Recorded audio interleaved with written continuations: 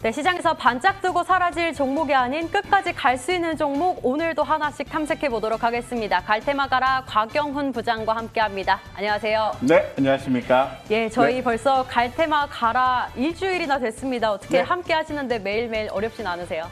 덕분에 열심히 더 공부를 하고 있습니다. 그래서 그 부분에 의해서 우리 시청자님들도 좀 이렇게 투자하시는데 큰 도움이 되었으면 좋겠다는 바람이 있습니다. 네, 그래서 이제 유튜브 조회수도 나날이 고공행진을 하고 있습니다. 아무래도 감사합니다. 이 테마주에 대한 관심도가 커서 그런 거 아닐까 싶은데요. 저희 오늘 제가 먼저 가지고 온 테마주부터 한번 열어보도록 하겠습니다.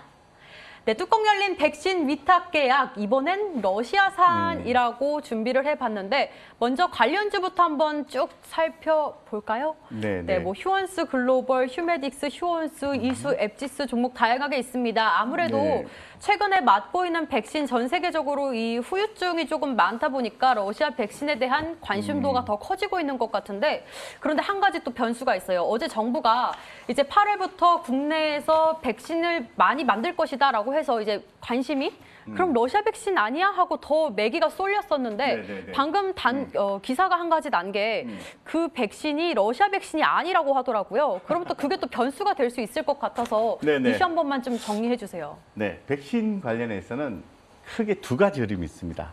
우리가 작년부터 계속해서 코로나19 백신이 나와야 된다라고 얘기를 하고 있죠. 그래서 전부 해외 쪽에서 조달하는 것을 이야기를 하고 있습니다. 잘 아시는 것처럼 모더나, 화이자, 아스트라제네카 이렇게 되게 되는 거죠.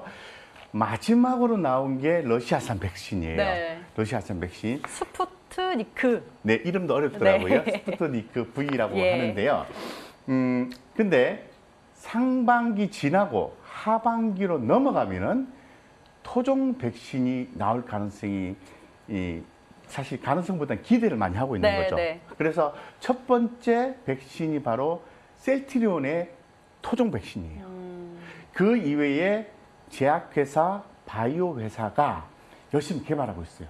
그중에서 제가 개인적으로 여기서는 안 나옵니다만은 주목하고 있는 R&D 분야에서 상당히 그 경쟁력을 갖고 있는 부강약품. 부강약품. 네, 부강약품이 좀 가능성이 높지 않을까? 퀘스천 마크 이런 생각 가지고 있어요.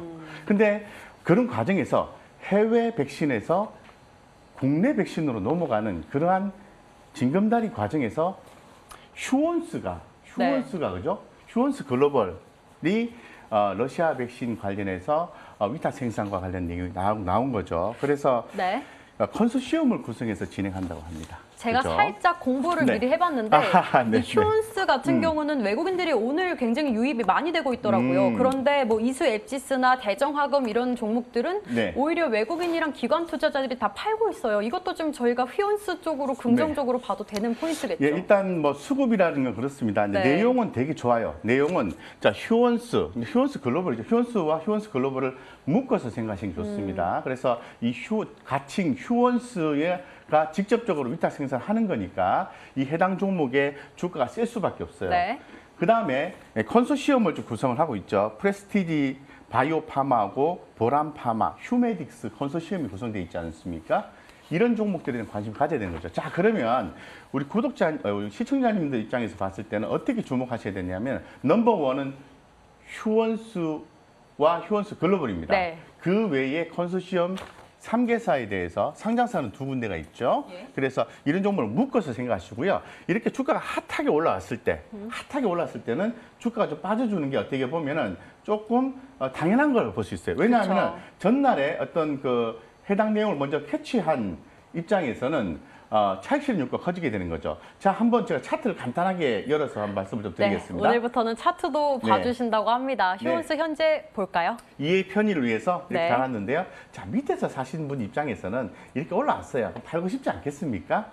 그죠? 아주 간단한 이치입니다. 그럼 적절하게 내렸을 때는 기대감이 살아있는 거니까 공략이 들어가면 수익이 날 가능성이 있다. 이렇게 말씀드리겠습니다. 오늘 백신 대체적으로 많이 오르고 있어서 기분이 좋은데 그중에서 휴원스와 휴원스 글로벌 잘 지켜보자는 이야기 정리해드리겠습니다. 저희 시간이 없어서 바로 다음 곽영훈의 갈테마 한번 열어보도록 하죠. 새로운 석유, 구리가 네. 뜬다라고 잡아봤는데요. 이 구리가 산업의 쌀이라고 부를 만큼 정말 중요하잖아요. 네.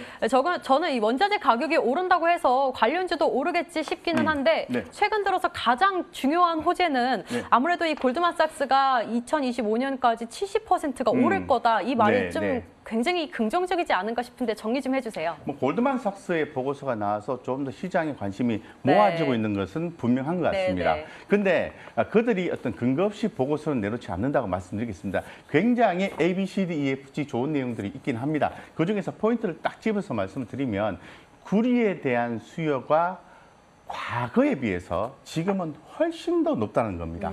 뭐 다양한 얘기가 있겠습니다만은 모든 전장 부품에는 구리가 들어가게 되어 있습니다. 그렇죠. 일상생활에도 구리가 들어가게 되어 있습니다. 그런데 우리가 지금 전기차 시대를 맞이해서 우리가 시내에서 돌아다니는 버스도 보면은 BYD라고 해서 중국 전기차가 다닙니다.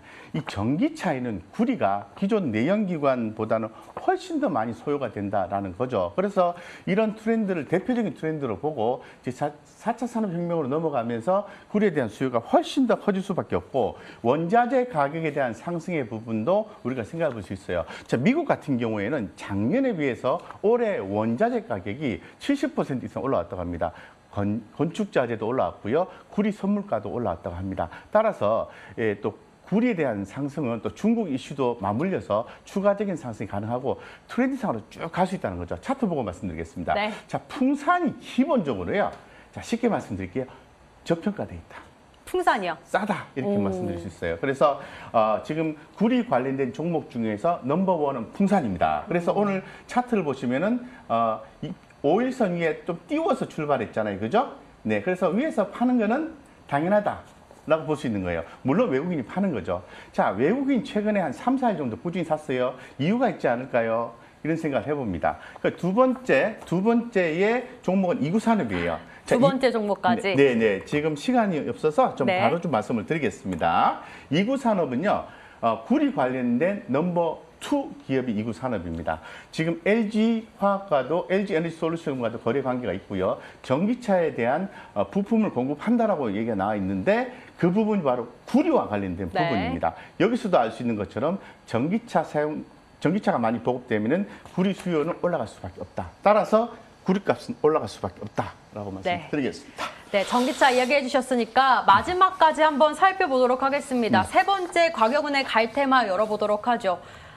애플카, 이번엔 LG와 협력 가능성 솔솔이라고 잡아봤는데요. 역시나 LG전자 이야기가 되지 않을까 싶습니다. 사실 LG전자와 마그나 협력설은 작년 말부터 들려왔던 건데 네. 이 LG전자가 핸드폰 사업 이제 안 할게 라고 하니까 네. 조금 더 이슈가 부각되고 있는 것 같습니다. 네. 이것도 한번 정리를 해볼까요? 네, 기본적으로 이제 세 가지 포인트에서 주목하셔야 될 것 같아요. LG전자의 이런 이슈를 떠나서 실적적인 부분을 봤을 때는 굿, 좋다 이렇게 말씀드리겠습니다. 네. 그래서 주가 올라가는 이유가 있다라고 말씀드리고 두 번째는 최근에 LG가 MC 사업부 스마트폰 사업은 go, away가 된 거죠. 가게 된 거죠. 그래서 지금 VS 전장 사업부가 하게 되는데 최근에 지금 그 인포테인먼트, 차량용 인포테인먼트 OS 사업을 확대하고 있습니다. 그런 측면에서 주목이 되는 거고요. 세 번째는 LG전자의 합작사 애플과의 생산 기대감이 냄새가 쏠쏠 난다라는 해외 기사가 전해지고 있습니다. 그렇기 때문에 LG전자 차트 간단하게 보고 말씀드릴게요. 네. 흐름상으로 보면 이제 상방의 흐름을 좀 잡아가고 있는 상태입니다. 그래서 하방을 제한시키고 상방을 열어놓는다면 우리 시청자님들이 좋은 성과가 LG전자에서도 나오지 않을까 이렇게 생각하고 있습니다. 네, 사실 뭐 애플과 협력설에 LG전자뿐만 아니라 LG에 납품하는 기업들, 뭐 마그나 관련주들, 네. 뭐 중소형주까지 모두 다 올라가고 있는데 네. 관련주 주목해서는 계속해서 저희가 지켜보는 걸로 하고 일단 LG전자 그럼 짧게, 진짜 짧게 얼마까지 바라보고 계세요? 네, LG전자는요, 제가 볼 땐 추세 대응하시면 좋을 것 같고요. 20만 원 넘어갈 수 있을까 보고 하나만 더 말씀드리면 나인테크도 함께 보십사고 말씀을 드리겠습니다. 네, LG전자와 나인테크까지 짚어주셨고요. 저희 갈테마 가라와 함께 여기서 이슈앤뷰도 인사드리도록 하겠습니다. 이어지는 머니투데이 방송도 함께 해주시고요. 저희는 여기서 인사드릴게요. 함께 해주신 여러분 고맙습니다.